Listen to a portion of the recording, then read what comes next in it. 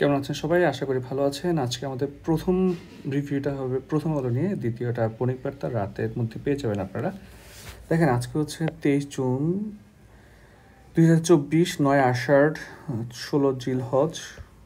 আপনারা জানেন আমাদের বাংলা এবং ইংলিশ লিটের ভর্তি চলছে। তো এটার সেকেন্ড ফেজের ভর্তি চলছে। সেকেন্ড ফেজের ভর্তি আজকে শেষ হবে, আজকে ক্লাস শুরু, আজকে রাত 10টায় ক্লাস শুরু হবে। এরপরে হচ্ছে ভর্তি বন্ধ থাকবে। থার্ড ফেজের ভর্তি শুরু হবে হচ্ছে আপনার আগামী মাসে। সো আপনারা যারা ভর্তি হতে চান এই মাসে ভর্তি হয়ে নিন। দেখেন, আজকের ইম্পর্টেন্ট ইস্যু হচ্ছে আপনার সহযোগিতায় আস্থা, ঢাকা দিল্লির দুই দেশের বিভিন্ন ক্ষেত্রে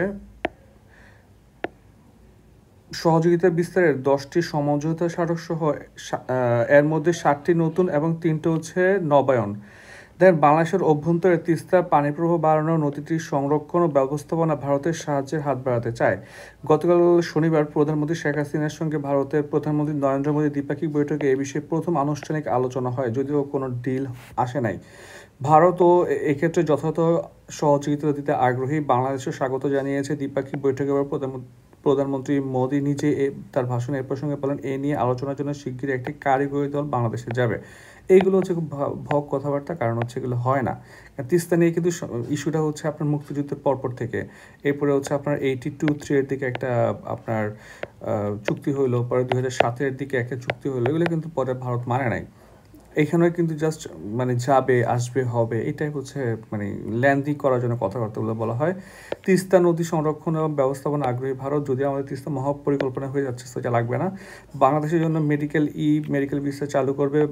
রাজশাহী এবং কলকাতার নতুন যাত্রীবাহী ট্রেন চলবে। সবাই অনেকে মনে করে যে ভারত হচ্ছে আমাদের অনেক সাপোর্ট দিচ্ছে। ইস্যুটা হচ্ছে এরকম, ভারতের জন্য কিন্তু বাংলাদেশের যে আপনার প্যাশন, এটা কিন্তু ওদের জন্য বিশাল বড় একটা ট্যুরিজম বলে এটাকে। এটা কিন্তু বিশাল বড় একটা আয়ের উৎস আর কি। এবং বাংলাদেশের সাথে ভারতের যে $1500 কোটি একটা বাণিজ্য, এর পুরোটাই কিন্তু বেশিরভাগই হচ্ছে শুধু ভারতই টাকা পায়, মানে এক্সপোর্ট করে। বাংলাদেশ কিন্তু খুব একটা ভারতে এক্সপোর্ট করে না। সো বাংলাদেশ কিন্তু ভারতের জন্য বড় একটা বাজার। সো আমাদের যেমন ওদের প্রোডাক্ট লাগবে, ওদের কিন্তু আমাদের টাকা লাগবে। যাই হোক, দেখি আলোচনায় $700 কোটি ঋণ। $700 কোটি মানে প্রচুর।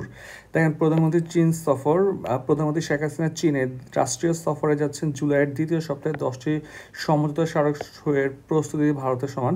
দেখেন, বাংলাদেশের বাজেট ঘাটতি পূরণে আর্থিক সহায়তা এবং নতুন প্রকল্পে অর্থায়নের মতো বিষয়গুলো গুরুত্ব পাবে। ভূরাজনৈতিক বিষয়টা হচ্ছে দুই দেশের শীর্ষ নেতা আলোচনায় চলে আসতে পারে। এটা আসবেই, কারণ বাংলাদেশ হচ্ছে আপনার ব্রিক্সে যুক্ত হতে যাচ্ছে। দেখেন, বিশেষ দিকটা বাংলাদেশের জন্য চীনের $700 কোটি সমপরিমাণ আর 5040 কোটি ইউয়ানের বেশি ঋণ। অর্থাৎ হচ্ছে এই টাকাটা হচ্ছে আমরা ইউয়ানে নিতে যাচ্ছি, কারণ আমরা সবচেয়ে বেশি আপনার ইম্পোর্ট করি হচ্ছে চীন থেকে, প্রায় $3000 কোটি মতো। তো এই টাকাটা হচ্ছে আমাকে হচ্ছে ডলারে যদি পেমেন্ট করতে না হয়, তাহলে হচ্ছে আমরা মোটামুটি ইউয়ানে হচ্ছে আপনার কি পে করতে পারতেছে। অর্থাৎ এখন হচ্ছে রুপি টাকা যেই আপনার ডোমেস্টিক কারেন্সিতে যেই আপনার এক্সপোর্ট ইম্পোর্টটা হচ্ছে, সেটা হচ্ছে এখন আপনার ইউএন এবং হচ্ছে টাকাতে হচ্ছে। অর্থাৎ দেখেন, এবং সবচেয়ে মজার ব্যাপার হচ্ছে যদি ইন্ডিয়াও যদি ইউএন শুরু করে, তখন কিন্তু বাংলাদেশ, ইন্ডিয়া এবং চীন তিনটাই হচ্ছে তিনটা দেশ একসাথে ইউএন ইউজ করতে পারে। অর্থাৎ এই যে কারেন্সি ডোমেস্টিক কারেন্সি বা রিজিওনাল কারেন্সি ব্যাপারটা কিন্তু এখান থেকে উঠে আসতেছে। রিজিওনাল কারেন্সি বলতে নর্মালি হচ্ছে আপনার ইউরোকে বোঝানো হচ্ছে, যে একটা রিজিয়নে সবাই একই কারেন্সি ইউজ করে। দেখেন, এই দুইটাই নিয়ে আরও কিছু ডেটা আছে, আমরা পরের পেজে দেখবো। এই পেজে দেখি আমরা, তার আগে ভারতটাই শেষ করি। দেখেন, কলকাতা চট্টগ্রাম মধ্যে চালানো হবে নতুন একটি বাসের পরিষেবা। এছাড়া দুই দেশের মধ্যে বিভিন্ন ক্ষেত্রে সহযোগিতা বিস্তারের 10টি সমঝোতা স্মারক সই হয়। এর মধ্যে হচ্ছে 7টা নতুন। দেখুন, বাংলাদেশের যেমন ভিশন 41 আছে, ভারতের হচ্ছে বিকশিত ভারত 2047 আছে। এখন দেখেন, বাংলাদেশের বিকাশমান অর্থনীতির দেশগুলো জোট ব্রিক্সের সদস্য হওয়ার কাছে ভারতের কাছে সমর্থন চেয়েছে। এইটাতে হচ্ছে ভারত একটি প্রেশারে পড়বে, কারণ এটা মোটামুটি চীনও বলে দিচ্ছে যে ভারত বাংলাদেশকে ব্রিক্সের মেম্বার হতে দিচ্ছে না। এখন বাংলাদেশ হচ্ছে সরাসরি ভারতের কাছে যখন হেল্পটা চাইছে, এখন ভারত যেহেতু বাংলাদেশের ফ্রেন্ড, এখন ভারত কী করে সেটা দেখা যাক। এই যে গত বছর একটা ক্রিটিসাইজ ছিল বাংলাদেশের পক্ষে, যে বাংলাদেশ শুধুমাত্র ব্রিক্সের সদস্য হতে চেয়েই চুপ করেছিল, কিন্তু কোনো ধরনের আপনার করে নাই, যেটাকে বলে হচ্ছে কূটনৈতিক প্রচেষ্টা চালায় নাই, এখন কিন্তু বাংলাদেশ চালানো শুরু করছে। যে তিনি বলেন বাংলাদেশে একটি নির্দিষ্ট কোটা চেয়েছে যাতে করে ভারত বাংলাদেশের প্রয়োজনীয় জিনিস রপ্তানি বন্ধ না করে। এটা আমাদের জন্য খুব ইম্পর্টেন্ট, কারণ হচ্ছে বাংলাদেশে অনেক কিছু হচ্ছে, যেমন পেঁয়াজ, ভারত হচ্ছে যখনই রপ্তানি বন্ধ করে যায় তখনই কিন্তু বাংলাদেশের দাম বাড়ে, এরকম অনেকগুলো প্রোডাক্ট, এবং ভারত হচ্ছে বাংলাদেশকে স্পেশালি ট্রিট করা উচিত, যেহেতু বাংলাদেশ ভারতকে অনেক ইম্পর্টেন্স দেয়।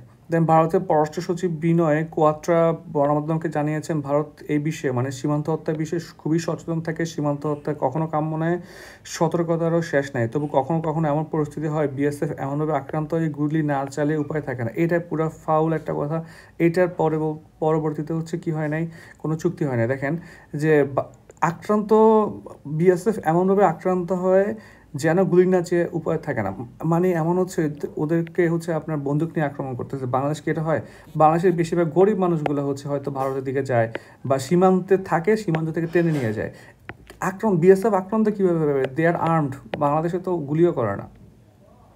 যাই হোক, তিস্তা প্রসঙ্গে বলেন অভিন্ন নদী তিস্তায় প্রকল্পে সম্ভবত যাচাইয়ের জন্য কারিগরি দল গঠন করা হয়েছে। এখানে অভিন্ন নদীর পানি ব্যবস্থাপনা বা আন্তঃনদীর ক্ষেত্রে প্রতিবেশী দেশের সংবেদনশীলতা বিবেচনা নেওয়া হয়েছে। এইগুলো হচ্ছে মানে খুব একটা, এগুলো ডিপ্লোম্যাটিক কথাবার্তা আর কি। রোহিঙ্গা সমস্যা নিয়ে দুই দেশের মধ্যে আলোচনা হয়েছে। রোহিঙ্গা সংশ্লিষ্ট বিষয়গুলো মিয়ানমারের কাছে কীভাবে তুলে ধরা যায় সে প্রসঙ্গে আলোচনা এসেছে। রোহিঙ্গা ইস্যুটা এখন মিয়ানমারের চেয়ে ইম্পর্টেন্ট হচ্ছে আরাকান আর্মির উপর। সো এই ব্যাপারে কিন্তু ভারতে হেল্প নিতে পারে, কারণ আরাকান আর্মির সাথে ভারত অলরেডি নাকি আপনার ডিসকাশন শুরু করছে। বাংলাদেশে ভারত বিরোধী প্রচারণার বিষয়ে ভারতের পররাষ্ট্র সচিব বলেছেন স্বার্থান্বেষী এবং ব্যক্তিদের মাধ্যমে পরিচালিত এই ধরনের প্রচারণা যে বাস্তবসম্মত নয় তা অনুধাবন করা জনগণের জন্য গুরুত্বপূর্ণ। দেখেন এটা নিয়ে ভারত স্ট্রেসফুল, উনি যদি স্ট্রেসফুল না হতো তাহলে বলতে পারতো যে এগুলা হয়, এগুলা ইম্পর্টেন্ট কিছু না, বা এগুলো আমরা শুনতেছি না। কিন্তু উনি বলতেছে জনগণ যাতে বোঝে সেটা হচ্ছে কি বাস্তবসম্মত না, তার মানে ওনারা জনগণ কি বুঝতেছে সেটা নিয়ে ভাবতেছে, তার মানে এটাকে ইম্পর্টেন্স দিচ্ছে মনে হচ্ছে। এখন আসে চীনের সাথে জুলাইয়ের যে সফর হবে 700 কোটি লোন নিয়ে। দেখেন মূল সফরটা হবে 2 দিনের। চীনা মুদ্রায় বিপুল লোন নেবে, 700 কোটি ডলার, মানে তো বুঝছেন প্রচুর টাকা। এসব ঋণ হচ্ছে বাণিজ্যিক ঋণে পরিণত হবে, সেই জন্য হচ্ছে বাংলাদেশ চাচ্ছে, বাংলাদেশের সার্বিক বিবেচনা করে ঋণ দীর্ঘমেয়াদে স্বল্প সুদের ঋণ চাচ্ছে। দীর্ঘমেয়াদ এবং মানে হচ্ছে আপনার মেয়াদ থাকবে হচ্ছে বেশি এবং সুদ থাকবে হচ্ছে কম, ঠিক আছে?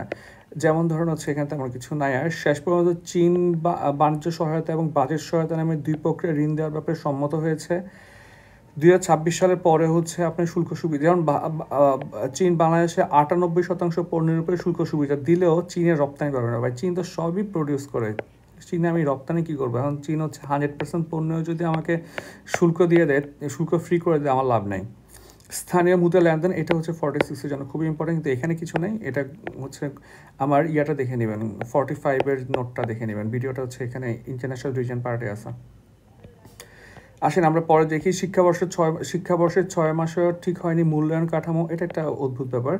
শিক্ষাক্রম বাস্তবায়ন শুরু হয়ে গেছে, কিন্তু মূল্যায়নটি কেমন হবে তা ঠিক না হয় কাম্য নয়। তাই মূল্যায়ন কাঠামো অবশ্যই দ্রুত চূড়ান্ত করা উচিত। দেখেন শিক্ষাবর্ষের 6 মাস হলেও নতুন শিক্ষাক্রম অনুযায়ী এখন পাবলিক পরীক্ষার মূল্যায়ন কাঠামো চূড়ান্ত করতে পারেনি শিক্ষা বিভাগ। উপরন্তু একের পর এক নতুন বিষয় সামনে এসেছে, অথচ এই মূল্যায়ন কাঠামোর আদলে আগামী মাসে শুরু হয়ে যাবে 6ষ্ঠ থেকে 9ম শ্রেণীর সামষ্টিক মূল্যায়ন পরীক্ষামূলকভাবে 9ম শ্রেণীতে বার্ষিক মূল্যায়ন কেন্দ্রভিত্তিক নেওয়া সহ কিছু কার্যক্রম পরিকল্পনা করেছিল জাতীয় শিক্ষা বোর্ড, কিন্তু এগুলো চূড়ান্ত করা নয়। মানে 6 মাস অলরেডি শেষ, কিন্তু এগুলো চূড়ান্ত করতেছে না, অথচ নতুন একটা শিক্ষা কাঠামো নিয়ে আসছে। এটা একটা সমস্যা, 100% রেডি হয়ে নামানোর দরকার। এটা খুবই খারাপ লাগছে। দেখেন সেতু ভেঙে নদীতে পড়ে গেছে গাড়ি, নিহত 9 জন, 7 জনই একই পরিবারের। কি প্যাথেটিক, চিন্তা করা যায়, তাও বিয়ে খেতে যাচ্ছিল।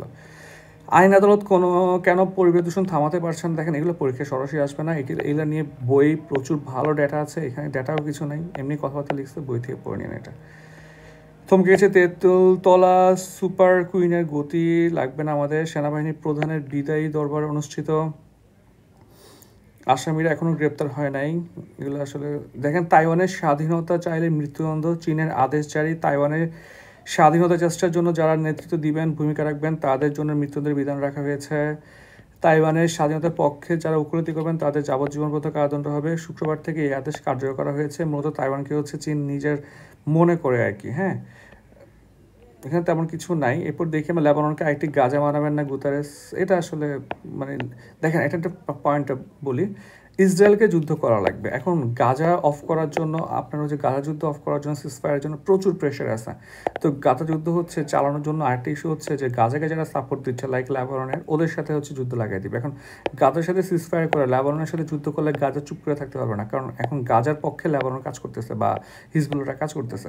মূলত ইস্যুটা হচ্ছে এইখানে গাজা যুদ্ধ যেদিন অফ হবে তার আগের দিন থেকে লেবাননে যুদ্ধ শুরু করবে ইসরায়েল, মানে যুদ্ধ থামাবে না ওরা, ওদের মেইন পলিসি হচ্ছে এটা। এবং হচ্ছে ইউএস অলরেডি বলে দিচ্ছে লেবাননের সাথে যুদ্ধ লাগলে ইউএসএ সাপোর্ট দেবে। দেখেন লেবানন একটা কান্ট্রি হলো, সেইখানেও ইউএসএ নাক গলাচ্ছে যে মানে ইসরায়েলকে সাপোর্ট দেবে। ইরানের জনপ্রিয় গায়ক সালেহির মৃত্যুদণ্ড বাতিল, ইউক্রেনে আবার ব্যাপক হামলা রাশিয়ার। ওকে ওকে, এখানে তেমন কিছু নাই পরীক্ষা আসার মতো, এখানেও তেমন কিছু নাই। আজকে হচ্ছে ইন্ডিয়া এবং চীন নিয়ে প্রচুর, এখানেও তেমন কিছু নয়। তারপরে হচ্ছে দেখেন মুদ্রাস্ফীতি কি মুদ্রানীতি দিয়ে নিয়ন্ত্রণ করা যাবে, এটা হচ্ছে খুব ইম্পর্টেন্ট। মূল্যস্ফীতি মুদ্রানীতি দিয়ে নিয়ন্ত্রণ করা একটা উল্লেখযোগ্য একটা মাধ্যম আর কি। সংস্থার প্রধান কাজ মূল্যস্ফীতি নিয়ন্ত্রণ রেখে মানুষকে স্বস্তিতে কাজ করা। 6 মাস পর মুদ্রানীতি ঘোষণার মাধ্যমে কাজটি করার চেষ্টা করে তারা বাংলাদেশ ব্যাংক, কিন্তু আলটিমেটলি হচ্ছে প্রায় 15 মাস ধরে 9-এর উপরে বাংলাদেশ ব্যাংক তেমন সাকসেসফুল না।